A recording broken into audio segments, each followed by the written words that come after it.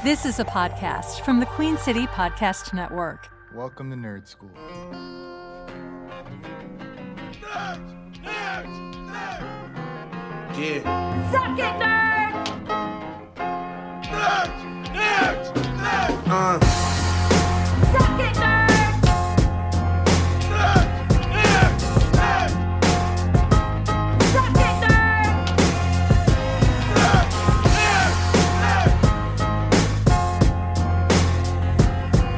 Welcome to Nerd Skool. So as we jump back into Civil War, Captain America Civil War, this is not... And this time we're actually talking about the movie because if you watched or heard the last episode, we went off the rails. So Professor Andy is back. We are actually talking about the movie continuing now. It was like a college course when the professor doesn't show up and all the students leave except the two TAs and one idiot student stay behind. So we talk about random shit. It's fine. Yeah. But now we're back into the real Civil War. And Professor Andy wasn't there, and our condolences go to Andy. He got his wiener stuck in his vacuum cleaner. No. Yes, that's what happened. We're not going down that road. Well, I would assume that was discussed during my absence. No, it was I think not. Artstar, Art and Tiffany were saying something. It was something about Hoover side or something. TBJ was not a part of that conversation. That happened offline. She like, I wonder if it was like a Chinese finger trap. Yeah, it was. Back he to got the us movie. stuck. Stop it. I think they're called Chinese wiener traps. Right. Lord help Okay, me. back to the movie. We're in Cleveland. We're in Cleveland. Baron Zemo, is acting like he's a stranger that accidentally hit this guy's car. And then we find out that when S.H.I.E.L.D. fell, Black Widow released encrypted files to the public. Well, we knew that because it happened in Captain America and Winter Soldier. Yeah. Okay, that happened in there, and they talk about it, and he tells that story. Yeah. So remind me, she did that because she knew S.H.I.E.L.D.'s gone, and they're the watchdog of all the bad guys. S.H.I.E.L.D. had been infiltrated by Hydra. Mhm. Robert Redford was planning to murder several million people because Hydra thought they were potential troublemakers.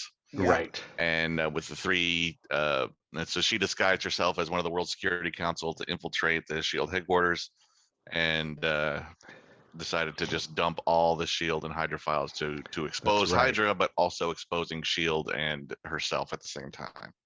So you guys will be proud of me because of last time, 2 times ago when we actually were talking about this, and as much vitriol as I got from you guys for completely forgetting that Winter Soldier movie, I went back and rewatched that one. Good job. To re-catch my head up to remember what happened, and then it all came coming back. So Good job. back on board with that. So I did that to impress TBJ.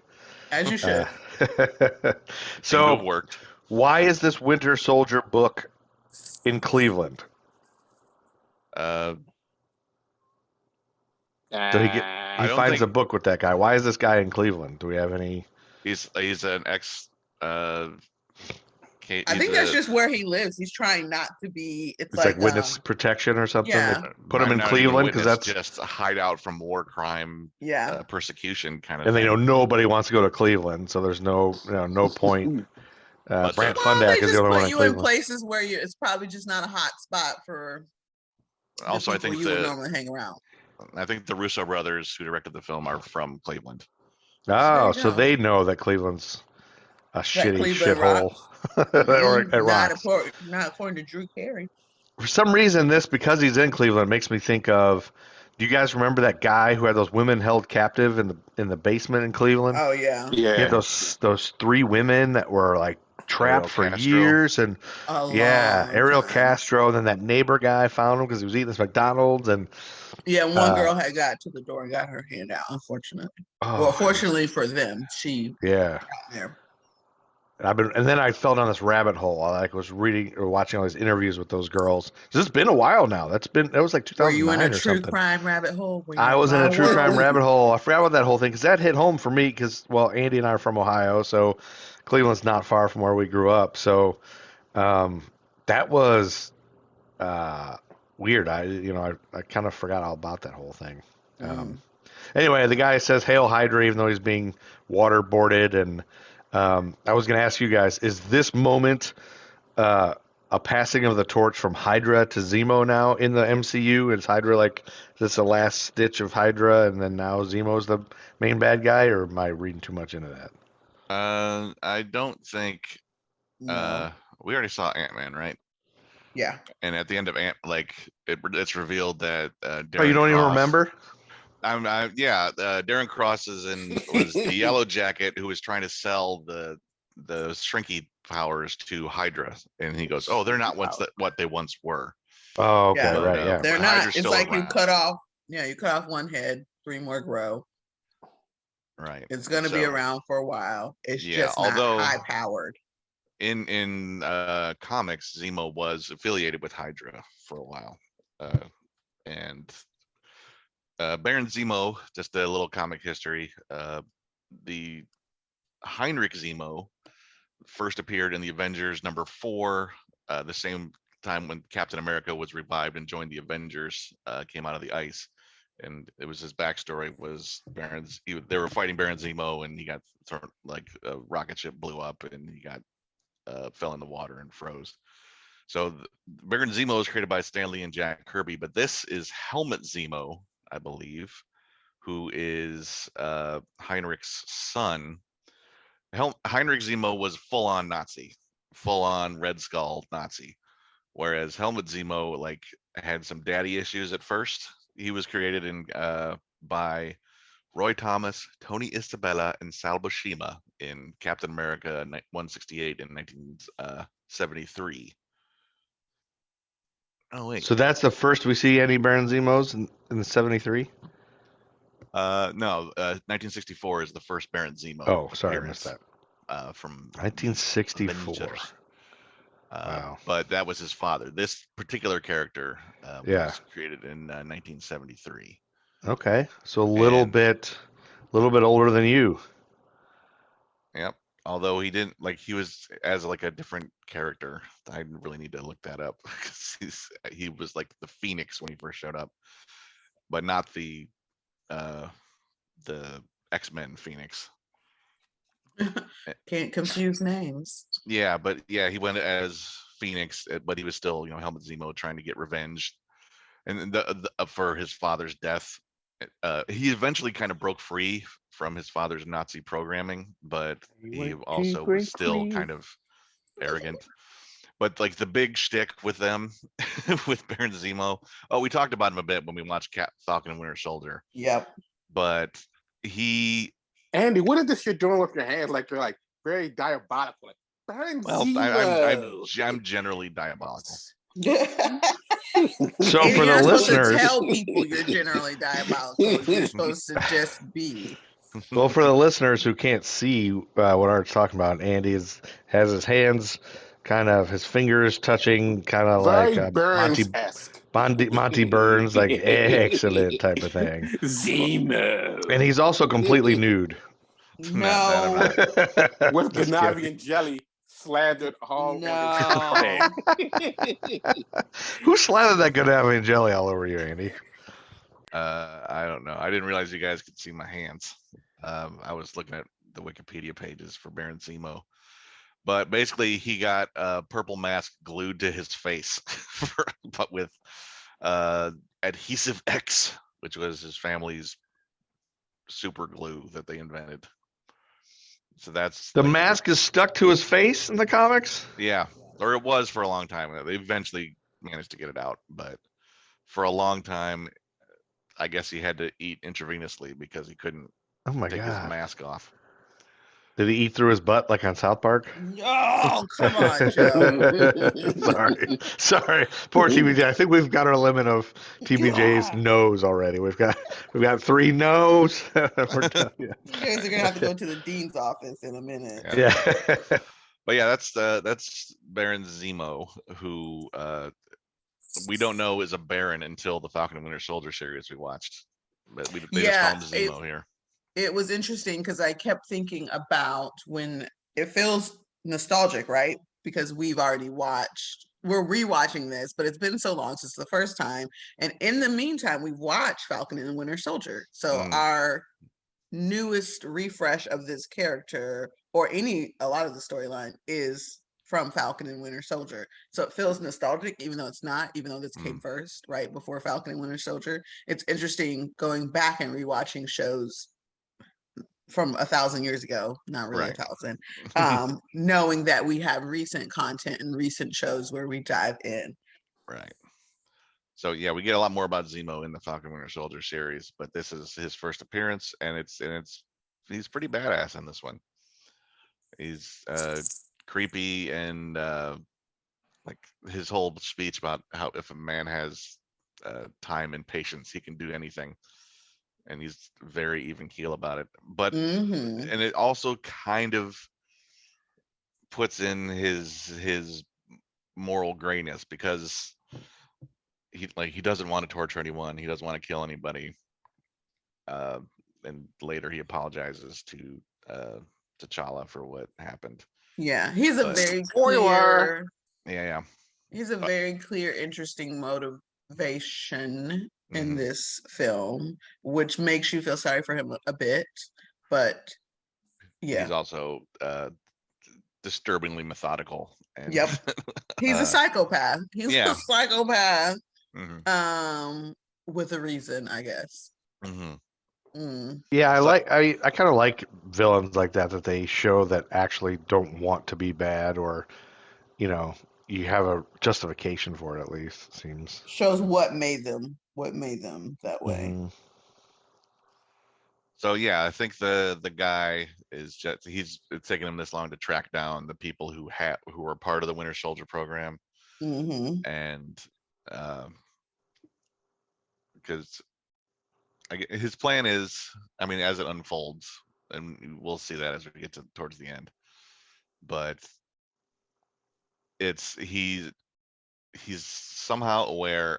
When SHIELD dumped all the files, when Black Widow dumped all the files, he found out all this shit about the Winter Soldier program. So he decided to use that to destroy the Avengers, because he wants to drive a wedge between them. Although it's curious that all those files were dumped.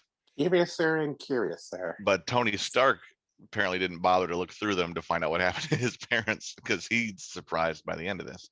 But it just occurred to me, like, I mean, but also thinking of Tony and Tony's selfish ways, it doesn't surprise me that he would not have looked through the whole. He would have told Jarvis. He would have told somebody else to do it. He would have told his computer, "Hey, check the files."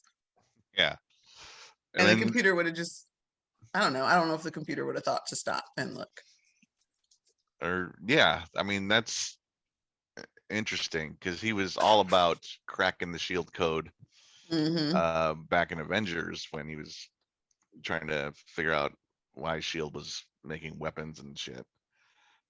But I guess when all those files got dumped, he said, I'm not gonna comb through these. But I can also see him being super self-absorbed and distracted, and maybe distracted's the word. Yeah, and Tony being in Tony's world, yeah, and not really deep diving himself. Yeah, he's not super introspective, so no. Yeah. Well, regardless, I like how it's very complex. It's not just the MCU's now established, and it's not just black and white good guys versus bad guys. It's SHIELD's got some troublesome things, the bad guys have been wronged, sometimes, and they've got reasons for being this way, and the Avengers have fucked up publicly. They've screwed up. They've caused all this damage. This collateral damage is real. I like that it's not just all this collateral damage they've done. Just forgive it and forget about it. Like it's it seems like shows in the old days and old comics would be like that. Just there's no consequence to all that. They blew up everything and whatever. I mean, that's how it's been for a long time. We joke about it, but that's ironically enough, in the current movies, you watch certain things and you're like, see, this is how you know I'm aging. Is anybody gonna clean that up? Who's handling the fallout of that? Like whose job is that? oh, the aliens attack. Now who's cleaning it up tomorrow? Like, what happens? We establish that later with damage control. That's what I'm about to say. I'm interested to see how it goes going forward, knowing that damage control is kind of sort of being portrayed a little Hydra-ish, but then also they're more or less kind of like not doing clean. Like that cleanup is also like, let's apprehend these air quotes kind of sort of undocumented new supervillains and things. Like I've seen something recently where they were saying like they actually know, like a lot of these, like I didn't want to do this because I even talked to Andy about this. Even though we have like the Sokovia Accords, which now we know, spoiler, has been repealed. Like I've seen this article that was saying that damage control knows things, like they know that Matt Murdock is Daredevil. So it's like, where'd you see that? Either CBR or I some... I think he saw it on lemonparty.org. Oh, Stop okay. it! How do what? What you get? TBJ was saying she thinks you probably saw that on lemonparty.org. No, this whole episode is just gonna be me yelling no. Or either lips and assholes. Continue on with your thoughts on the movie. Well, It's too what was that early on website? the good Lord's day for this. What was that site? Arthur, is that a real Stop site? it. Okay, we'll stop. I will sue you all for Let's jump back. Trauma. Can we jump back into the movie? Yes. Yeah. Please. Okay, the next scene, Avengers are arguing. And so I've kind of, in essence, I kind of boil this down to, right now at least, Cap is saying no to joining, like complying with all the regulations because he doesn't trust the government. And Tony is saying if we don't agree to this, we become enemies. So, like, neither one of them, it's kind of like they both know they're in a crappy situation, but yeah, Tony Stark is trying to appease, basically going, all right, we'll give you some oversight as long as you don't throw us in jail, because anyone else doing the shit we do and causing the damage we did would probably be prosecuted and thrown in jail. That's what he's worried about. Whereas Captain America's like, no, we can't. You can't blindly just sign a thing and not read over it and not negotiate. Like you can't just be like, okay, sure. Yeah. So he's like, we can't compromise the integrity of what we do. Because I mean, it's all about selflessness and like risking personal safety, and that for Cap's purposes, that I think falls right in with if we do too wrong, we prosecuted. That's part of the danger we're risking. So that's the big disconnect. And then we jump to London at Agent Carter's funeral, and Chris Evans is sad, and only TBJ can cheer him up. Yeah. I wish. But now we hear from Sharon Carter, and she gives the "Don't compromise" speech that Cap needs to hear. Don't you think, like, these are the words, and you can tell he needs to hear this right now, and this is strangely is about me. Yeah. Although that speech. Go ahead, Andy. Yeah, that speech is actually a Captain America speech from the comics, almost exactly word for word. Really? Although it's a little more elaborate. And I can't remember exactly what the context is, but I've seen that speech forwarded and many, many times by people. And I've always been a little uncomfortable with that coming from him because it's like if even if the whole world is telling you that something wrong is something right, your job is to plant yourself like a tree at the river of truth and say, no, you move. And plant yourself like a tree at the river of truth? Is that what you just said? Yeah, I think that's how it goes in the books. Like if the whole world is telling you to move, your job is to plant yourself like a tree, which is what they said. They cut out the river of truth line in the movie. But does the river of truth have fish in it? Probably. But it's the fish of justice. Yes. I was always uncomfortable about that. The fish of justice. How much urine is in the? None, because it's pure. None. Oh, okay, it's pure. Okay, because it's of truth. It could have The urine of the gods. It's pure. It's just pure. It's just pure.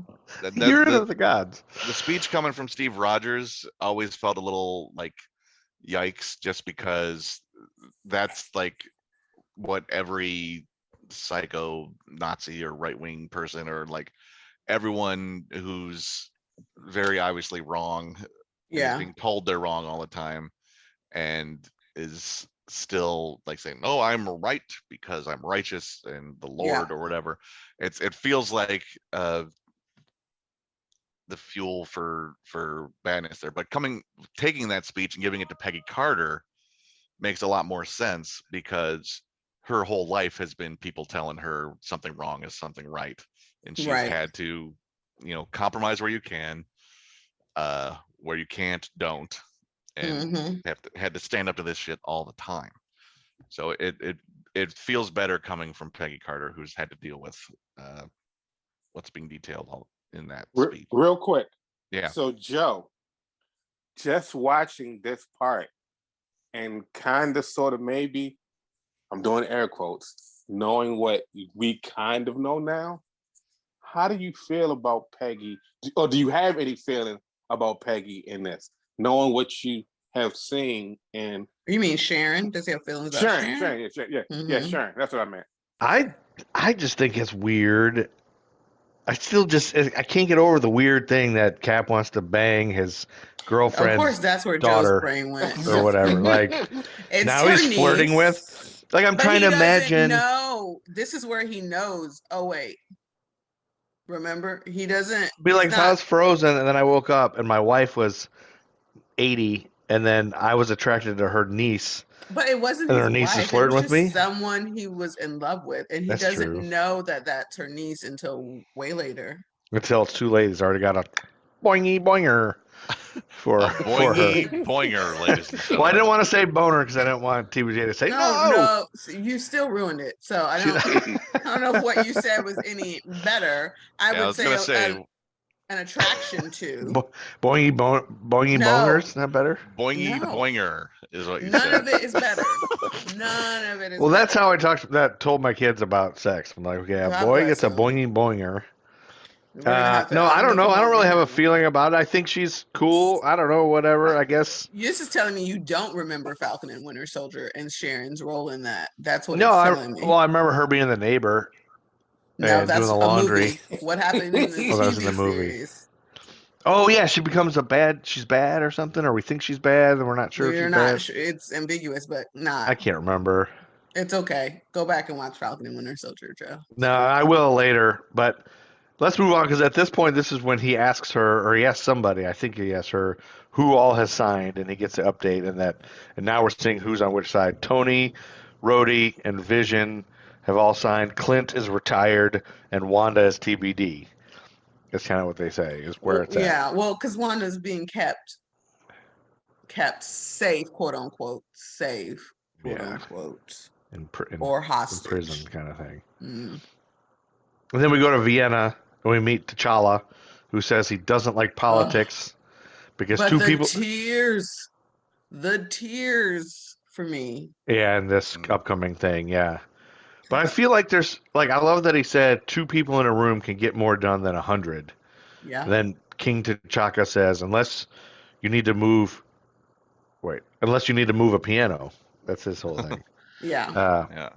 Which kind of, I feel like that's something we should think about a little bit. Like, it's right before Kablooey and he gets blown up. Like, that was a good point. He's like, 2 people can get things more than 100, unless you need to move a piano. Like, shit, you got a good point. 2 people can't move a piano unless they're She-Hulk. Unless it's got wheels. Well, that's where we get to see that this young man has been living in a world where he is not a stranger to wisdom provided by his ancestors and his dad. I'm crying because it's Chadwick, and this is the first time I'm seeing him. We heard him as a voice in the What If series, but this is the first time I'm seeing him again, other than like memorials. So my heart was tight and pulled in different directions. Oh yeah. It was nostalgic, but it was also the first piece where we are seeing his own I'm not going to say struggle, but T'Challa's own balance of, I don't exactly love the Avengers because he doesn't, but also I don't love being thrust into kinghood necessarily, right? Like I have to be, Right. but I don't agree with the way the world works as it is. Can we assume this is a parallel to what's exactly going on right now in England with King Charles is feeling the same way? No, I doubt it. I don't think Black Panther, King or T'Challa and Charles Have zero in common. Zero in common. They've never shared a similar thought. Nope. What Does Charles about- think? Does Charles think? Yeah. Is the question. He stinks. What about when Run DMC became the king of rock and there was none higher, and Sucker MC should call them sire? That might be a little closer. That's closer to it? Is that where we're at? That's more close. All right, so and then the king is killed, and I really like that actor playing the king. King T'Chaka. Yeah, this is King different T'Chaka. from a different origin for T'Challa here, because in the comics, T'Chaka is killed by Claw, who we met in was it Oh yeah, Claw was Age in of Ultron? Yeah. Yeah, on the boat. He was on the boat, right? Yeah. Boom. I'm on a Remembered boat. it. Yeah. And I'm it on was a boat, Joe. motherfucker. I'm on a boat. Boats and hoes. Oh. Boats and hoes. Boats and Sorry. hoes. Yeah. So, and he was killed when T'Challa was like 8 or 9. Okay. And it's part of like this big slaughter because Claw had invented this like sonic cannon using like stolen vibranium that they were trying to get back, and just slaughtered a whole bunch of Wakandans there, and that's been like a huge thing. So, so That's this is a interesting. bit different, that T'Challa has reached adulthood and is the Black Panther already when T'Chaka dies, but it's and I think they've since adjusted it given the amount of time that passed. But when I was reading Black Panther from the Christopher Priest run in the late 90s, they had sort of established that a young T'Chaka was still the king when Captain America was in the 40s, and they had some meeting before then. So, which I always thought was kind of interesting, that like T'Challa had an inherent trust of Captain America, but they also he in the original comic, he joined the Avengers as well, and it didn't seem to make a whole lot of sense for the king of a country to go do that until they sort of made it in the books that he only joined them to assess whether or not they're threats to Wakanda. Yeah, pretty much. And he didn't tell them that, but he was like, "Oh yeah, I'll join your team," because he's basically analyzing and he's not gung ho. I think I was having a conversation with someone and reminding them, because they were talking about the Avengers, and I was like, no, T'Challa's not like, these are my homies for life. He's not like, these are my BFFs. Right. He has an actual distrust of them, which T'Challa's first appearance is in Fantastic Four number I want to say 52 in 1968. Stan Lee, Jack Kirby created him, the man. But in his whole thing was he lured the Fantastic Four to Wakanda to make sure he could kick their asses if he had to. Basically, like he invited them officially, and then suddenly threw them into this sort of gauntlet of traps and stuff that they had to make sure he could beat them. But it makes sense.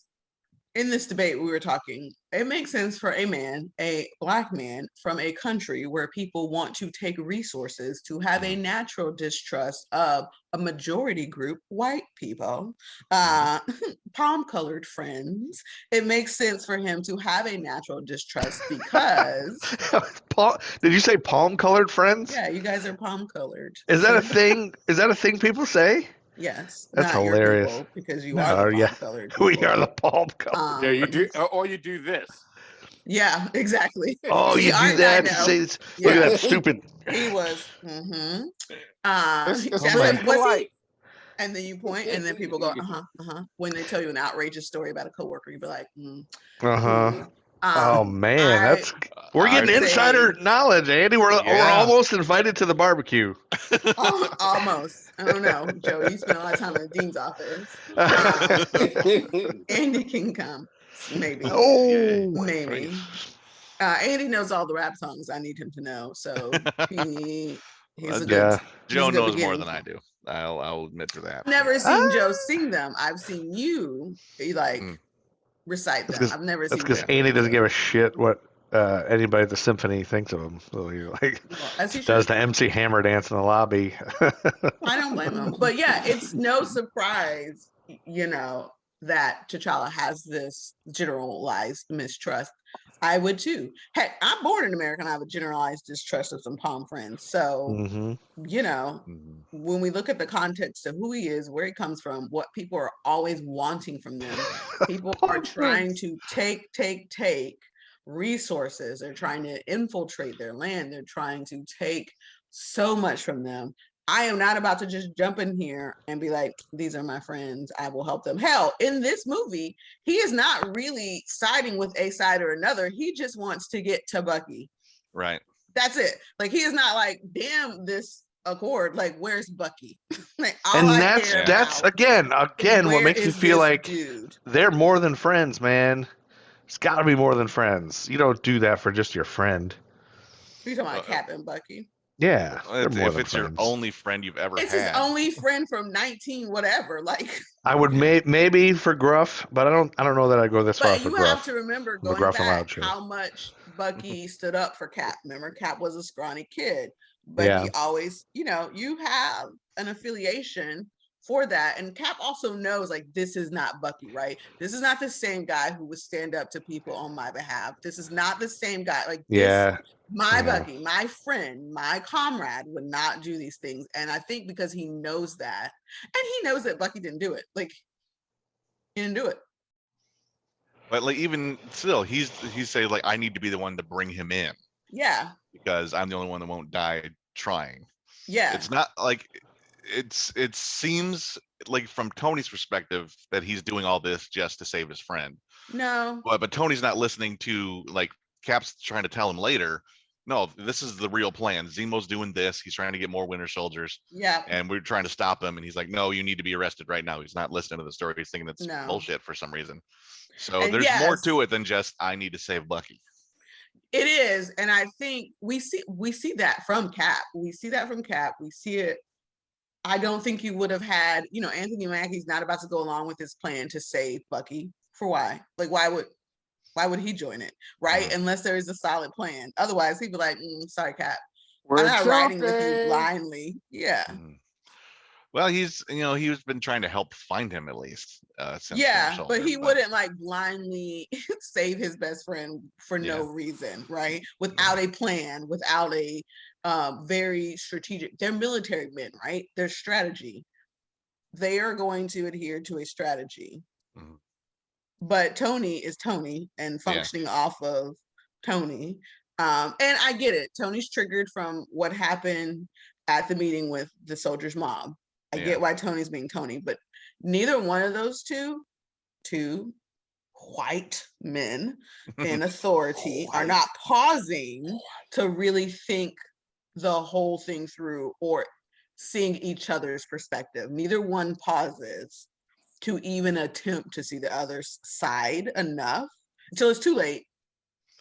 I mean, like, they're too late. They're trying a bit when, like, after the first fight where well, I mean, I don't know, we're jumping ahead if you want to go. We're jumping way ahead. Okay. Well, yeah, let's okay, go back, Joe. It's back there. We'll get to all this. Yes. Because we're at the part where, the explosion happens, King T'Challa is killed, Chadwick Boseman's upset and can only be consoled by TBJ. Yes. Or at that point. So basically, TBJ consoles Chadwick Boseman and Chris Evans. Yeah. Healing energy. Okay.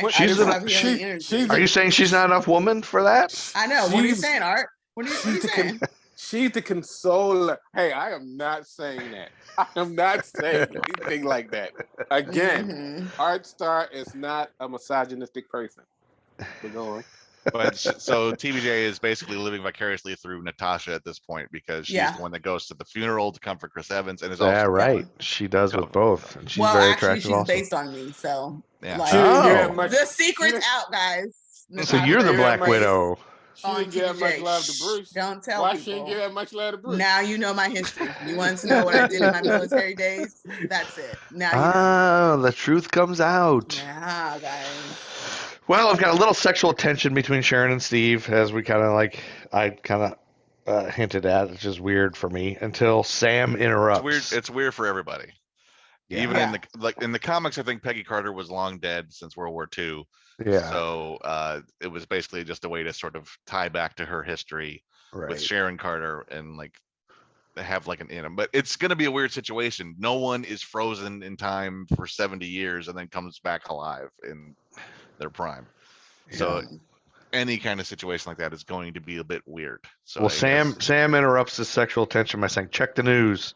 And then we see they have a suspect. It's Bucky. And then Sharon has to go to work. And at that point in the movie, Dan Mulder walks by, who is an employee of where we work. And I had to stop. It's like, oh my God, it's Dan Mulder. So shouts to Dan Mulder if he's listening. He's in the movie. Those of you who don't know, that's a guy we know. I think you laid that out well. That's pretty clear. T'Challa says he'll kill Bucky, while Nat says the task force now decides. Yeah. And she tries to get Cap to stand down, but he won't. Cap and Falcon have funny caps and glasses in the bar. Why isn't Sharon wearing a blank cap and glasses too? Like, why isn't she in disguise? She just walks in, gives them a file, and leaves. They're all looking straight ahead at the bar, talking to each other. Like, what could be more suspicious than that? 3 people in, blank caps and glasses, talking at the wall. Nothing suspicious at all. Nothing. I love it. Big fancy sunglasses. Like, they both have to wear the same hat and glasses. Like, can't somebody wear a mustache? Can't one of them wear a top hat and a monocle? They didn't have time to think it through. Yeah, They probably bought the first blank hats they could find. They bought them at Lids. Yeah, probably. I don't even think you can get blank hats at Lids. You have to. You got to get a Montreal Expos hat or a Baltimore Orioles hat. Right. They probably have build your own hat. Like, you can get this hat, and then we have logos we can put on it or something like that. Or they got designer probably caps. Probably very like high-end Lids. They were. Okay. I mean, they were in. Where were they at that point? Were they in? Were they in Europe somewhere? I think they're still in Europe. Well, she was at she was at the funeral. No, they just came from the funeral, didn't they? Right. Sharon Carter's funeral. Yeah, so they're in London. Okay. So they that's right, probably she's sell from London, yeah. all sorts of blank hats in London. And then we see Bucky at the market in Bucharest. Cap is in Bucky's apartment, and another thing, like, clearly he's comfortable in this apartment. It's just clearly they're a couple. And then the German forces are coming to take Bucky, dead or alive. And Bucky says he wasn't in Vienna. And so, he was like, it wasn't me. I wasn't in Vienna. And there was a big fight in his apartment with mattress, etc. And this is how I leave every Airbnb, the way they left this apartment at the end. I'm an God Airbnb bless the right Airbnb people for dealing with you. Trash it. So they're leaving that building, having to beat up all the guys on the way out. That's how I feel every night trying to leave a venue at where we work at the theaters. Like, I have to fight off ushers to get out of there because they all ask me 100 million questions, and so it's like how they're fighting down the stairwell and all that. That's what I do to all the ushers. And Steve is trying to make sure that Bucky doesn't kill anybody in this process. Yeah. He's like, be careful. No, wait. They're fighting. It's a kind of a weird fight. They're fighting too. Yeah. Fighting, not wanting to hurt the bad guys, the other guys. Yeah. Well, he's just like, I think Cap's whole objective is we can handle this without anyone actually getting hurt if people would just listen to me. We can minimize the damage, guys. Mm-hmm. So just stand down and I'll do it. Yeah, but that's not what happened. And then Black Panther shows up to chase Bucky too, to add in the whole melee. And then there's a cool chase on the rooftops. And then Sam shows up. Just an awesome sequence of just another reminder, like, hey, this is a kick-ass, cool Marvel movie. Here's some cool, and crazy this is the first time we see Black Panther ever.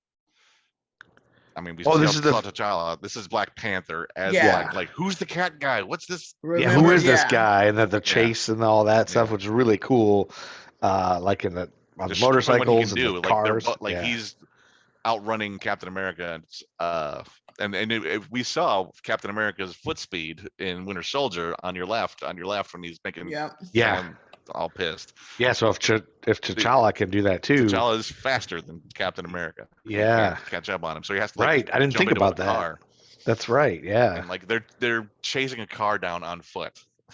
Yeah, it's pretty sweet. Yeah. And then that whole motorcycle thing when he steals the motorcycle and grabs it going full speed. I mean the whole thing. And then Rhodey shows up and tells Cap he's a criminal and everybody gets arrested. Yeah.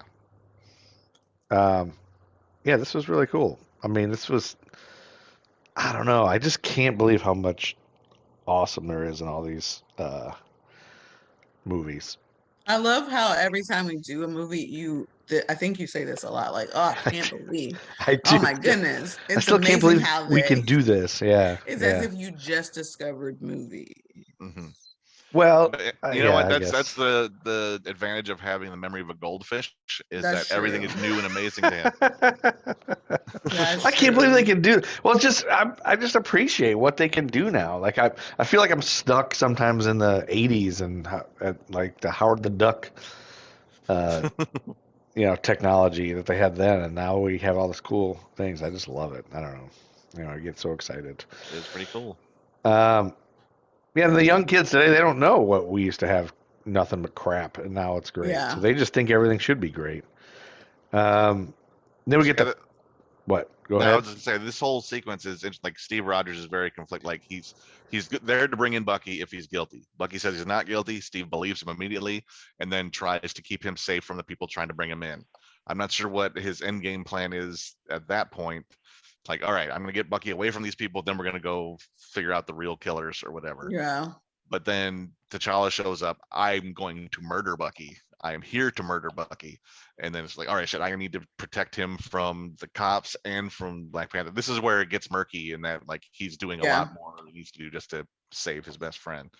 But it's from people trying to shoot him dead and murder him. Right. So it makes sense from his angle. And then, of course, it becomes an international incident that they're hoping to sweep under the rug by making Steve sign the Sokovia Accords. And he's almost there with that talk with Tony, with the pens. Like, here's the World War II pens I've got, appealing to your sentimentality. He's almost going to sign it. It's like, there needs to be safeguards. Maybe I will. And then that's when Tony brings up the fact that Wanda is being basically held prisoner, and that sets off all his internment camp radar. Yeah, he's like, "Are you kidding me?" Yeah, it's exactly what I'm afraid of. Yeah. Well, now we have the Paprikash scene, which I feel like is a little preview of WandaVision. A little bit. She's, a wee bit. They're cooking a little bit together. It seems like maybe this is where they got the idea to do that. Oh, what if there's a sitcom with these two?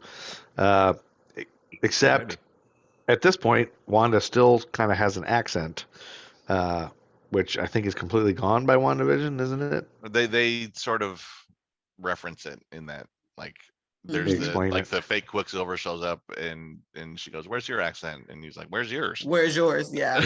Yeah.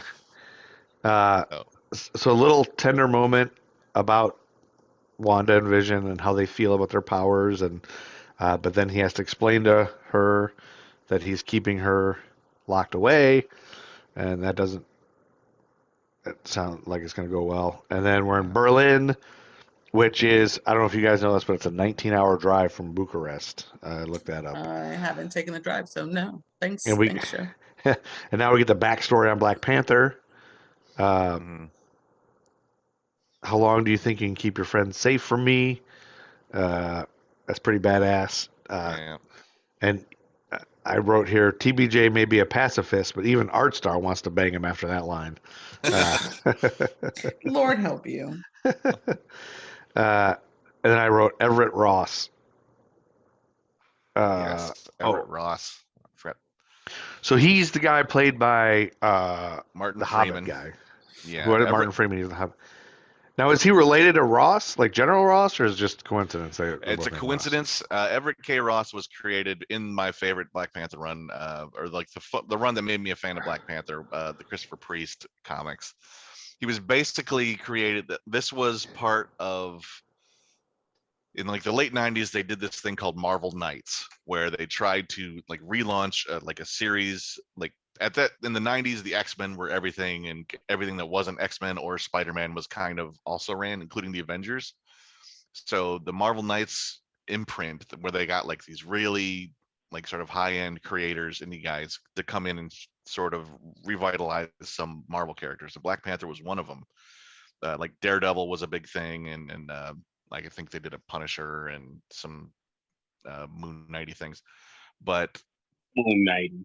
Moon Knighty. But Christopher Priest, his take on this was to sort of take T'Challa and make him this sort of enigmatic, unknowable kind of guy that nobody knows. But Everett Ross was basically his point of view character, because he knew to get, white nerds to read about a black comic character, they needed their sarcastic white point man, their point of view character, to bring them into the world of what Wakanda actually was, making Wakanda seem like this amazing thing. This run introduced the Dora Milaje in the first place, and did a whole lot of world building stuff. And Everett K. Ross was basically, he referred to himself as the king of useless white boys. He was drawn to look a lot like Michael J. Fox, but the inspiration, it was very curious, at least at the beginning. Although apparently he said the personality of the character was based on Chandler Bing from Friends, just sort of constantly sarcastic, constantly. That makes so much sense. Yeah, not taking shit seriously. So I was very happy to see him in here. He's a little different in here, and when he's in Black Panther, because he's a little bit more tough guy, badass sort of, and especially in Black Panther, it turns out he's had this ex-military background or something, and it's like, no, the dude in these books is like a little a little snot rag guy, like a very young agent who's blustering bigger than he actually is, and he's always like, I don't know what's going on, what the hell's happening here, right? What is this guy? This is my most, like, he refers to T'Challa as the client, because his job was basically to shepherd him around like international, like a UN thing for like 3 days, and he winds up just getting sucked into his entire life, and it's really entertaining. So Everett K. Ross is a really cool dude, created in 1998. Okay, that's cool. Although technically his first appearance was in Khazar number 17, Khazar of the Savage Land. What is that?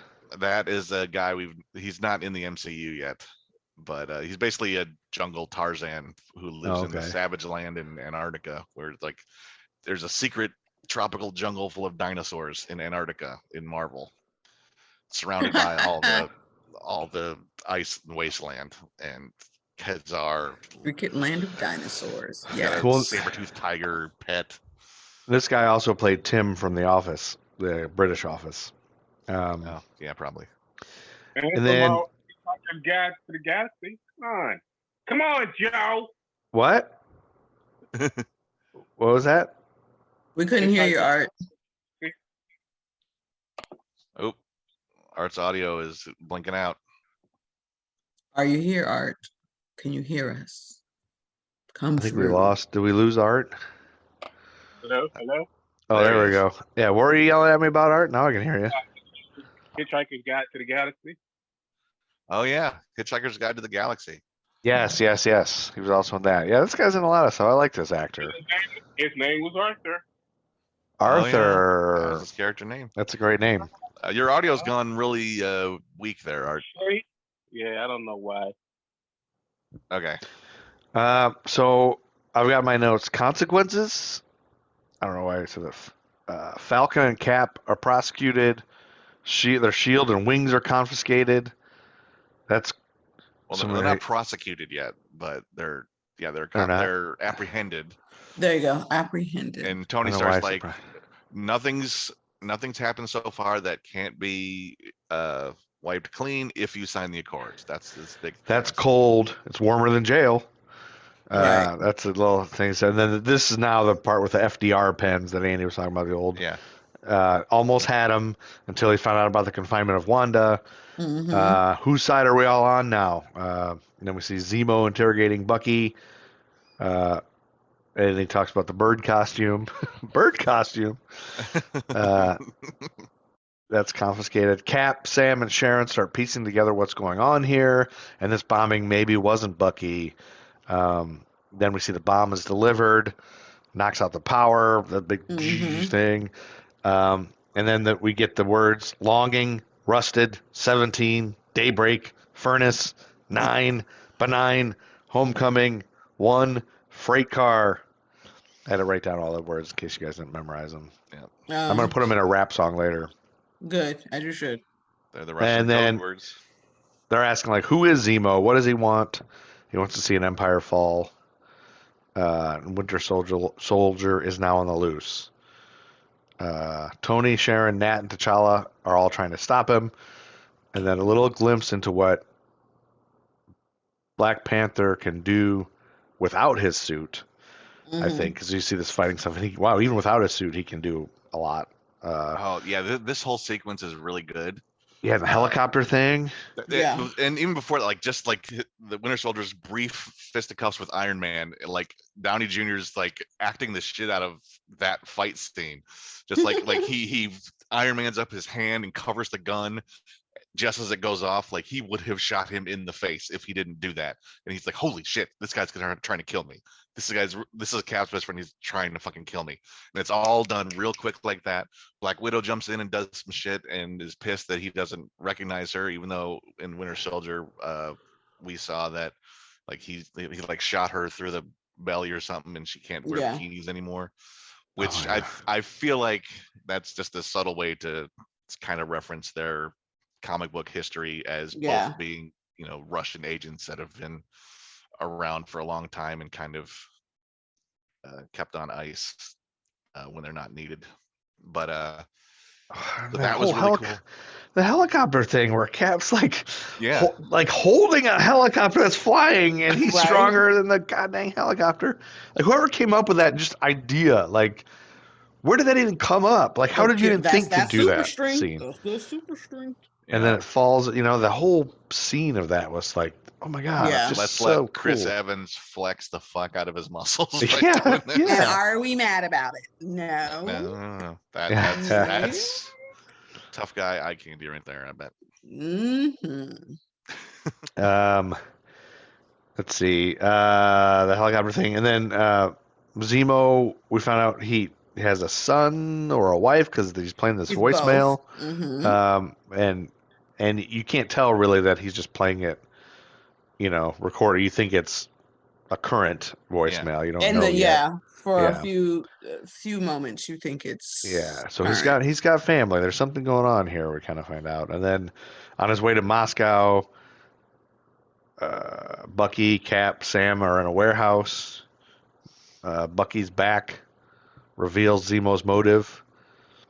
Wanted to know where he was kept because there are other Winter Soldiers. Oh yeah, so he's like, he said there's others like me, and there's all this, and then I think we get and this is the scene we saw it as the teaser at the end of Ant-Man. Yep. This was the post credits thing. Joe's not gonna remember that. Scene, right. When Cap's like, "Oh, we're on our own on this one," and Sam's like, "Wait, I know a guy," and they're talking about Ant-Man. Yep. The next time we see him, they got Scott Lang in a van. And then we're back to 1991, and now we see that after he crashed the car, he stole the super soldier serums, and we see them creating other Winter Soldiers. And you see all this whole thing, and you see him training all this. I was just thinking they're doing all this is happening while I was going barfing and playing high school football. Me and my friends, we used to go barfing in 1991.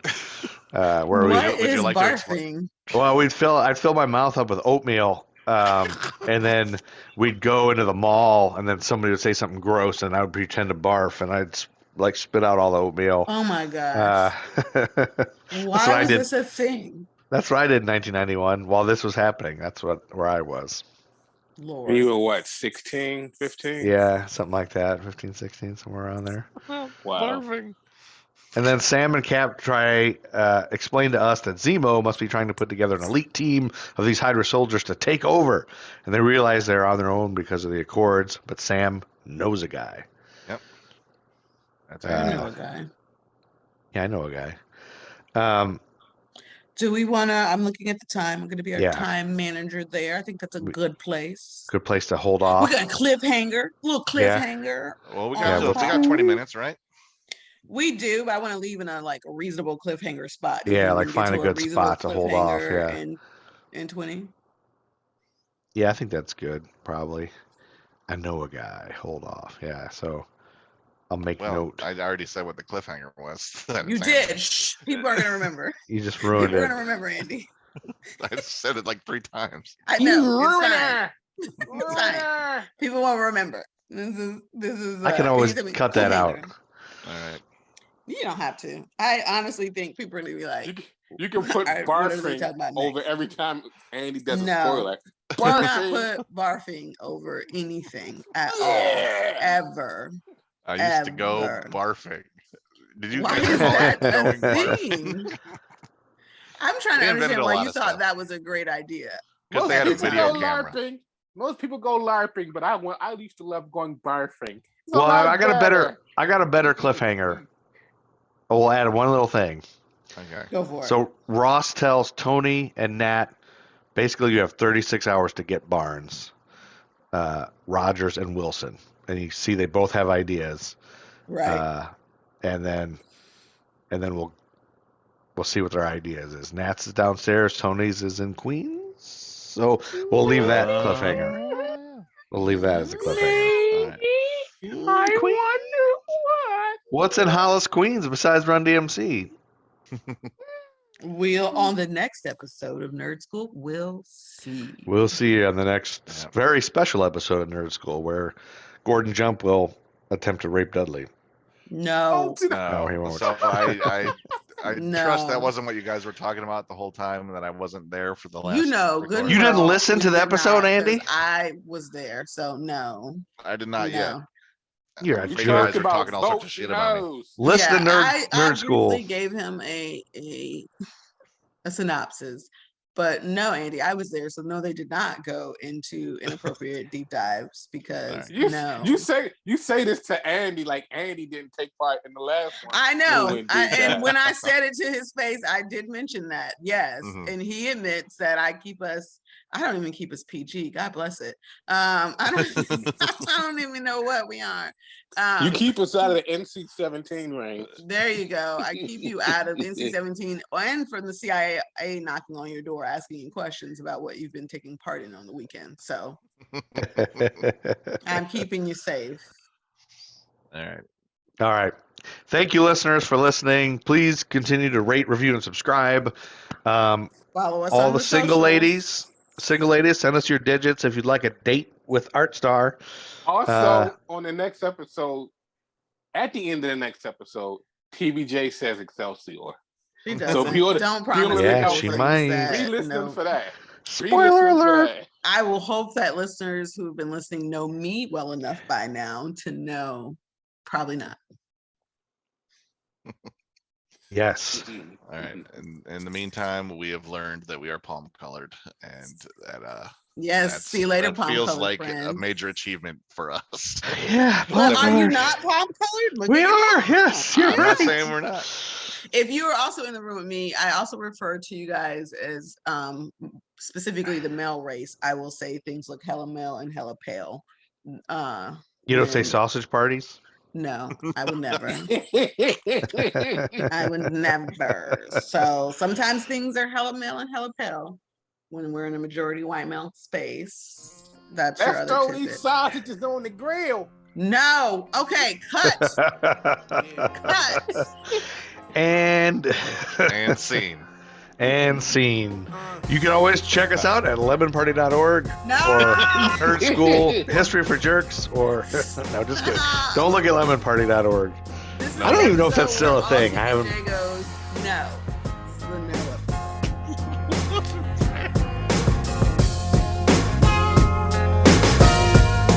no episode. They say I can't rap about the president no more, but evidently they don't see we in the streets still poor. Still more incarceration of my kinsmen by the prisons, and people thinking this election to end in racism. Proud over pessimism, glad to see Obama, but don't expect me not to speak out when I still see problems, Mr. Officer. Now they POTUS look like me, you gon' think again when seeing brothers rolling down the street. Every Martin Luther King on his American dream, still a Rodney being beaten, screaming fuck the police. Me, I'm running through the pasture, trying to get away from master, but the dogs is on my ass, I gotta move a little faster. Can't pass for Caucasian, but I got a couple papers from the plantation saying I graduated, congratulations. Cool beans, but to most school mean trying to dodge STDs, living off government cheese. Trust the government, please. Not even if it was me sitting in the Oval Office as commander-in-chief, trying to give us free. But there's a nigga in my ear saying, you got it, Superman, you ought to keep it here. Get this distinctly clear, I'm all about jetting. Raps Kunta Kinte without the half-stepping. A new chapter, back with new lessons. After that, the final exam. Any questions?